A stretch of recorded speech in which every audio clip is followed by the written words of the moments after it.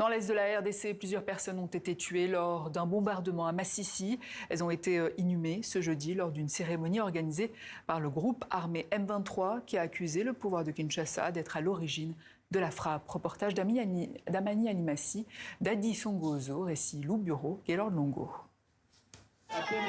L'émotion des familles est immense. Devant les cercueils, parés du drapeau congolais, de nombreux proches endeuillés. Toutes les victimes seraient originaires de la localité de Massissi Centre, dans la région du Nord Kivu. C'est là-bas que le 2 janvier, une puissante explosion a retenti. Plusieurs maisons ont été touchées, à proximité du bureau de l'administrateur, faisant des morts et des dizaines de blessés. Je suis venu aux obsèques de ma sœur. Elle était partie pour Massissi, où se trouvent mes parents. Et en l'espace de 3 jours, nous avons appris la nouvelle de sa mort. Elle n'était pas sur la ligne de front, elle était dans la maison qui a été bombardée. Et c'est les éclats qui l'ont tuée. Tout ce que nous demandons, c'est que la justice soit faite. Les circonstances du bombardement restent obscures. Certaines sources évoquent une frappe de drone sans être en mesure de désigner l'auteur. Selon la FCM23, il n'y a pas de doute, l'armée congolaise est responsable de la frappe. Corneille Nangaa, le coordonnateur de la rébellion, accuse directement le président congolais.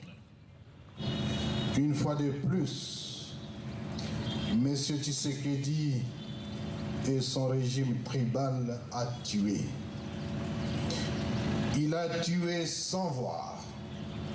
Il a tué sans entendre les cris. Des accusations qui ne reposent à ce stade sur aucune preuve établie. Kinshasa, de son côté, affirme ne pas être impliqué et renvoie la responsabilité vers le groupe rebelle soutenu par le Rwanda. Les Congolais ont manifesté il y a quelques jours à Goma. Ils ont dénoncé des arrestations, des enlèvements et des tueries. Alors, c'est les mêmes morts de Goma qu'on nous brandit aujourd'hui comme étant victimes massacrées par les FARDC. L'armée congolaise est là pour protéger les Congolais. Les Rwandais qui sont chez nous tuent les Congolais et massacrent les Congolais chaque jour. La MONUSCO a fermement condamné l'attaque. Elle a appelé l'ensemble des parties à une vérification indépendante des faits et à l'établissement des responsabilités dans ce drame.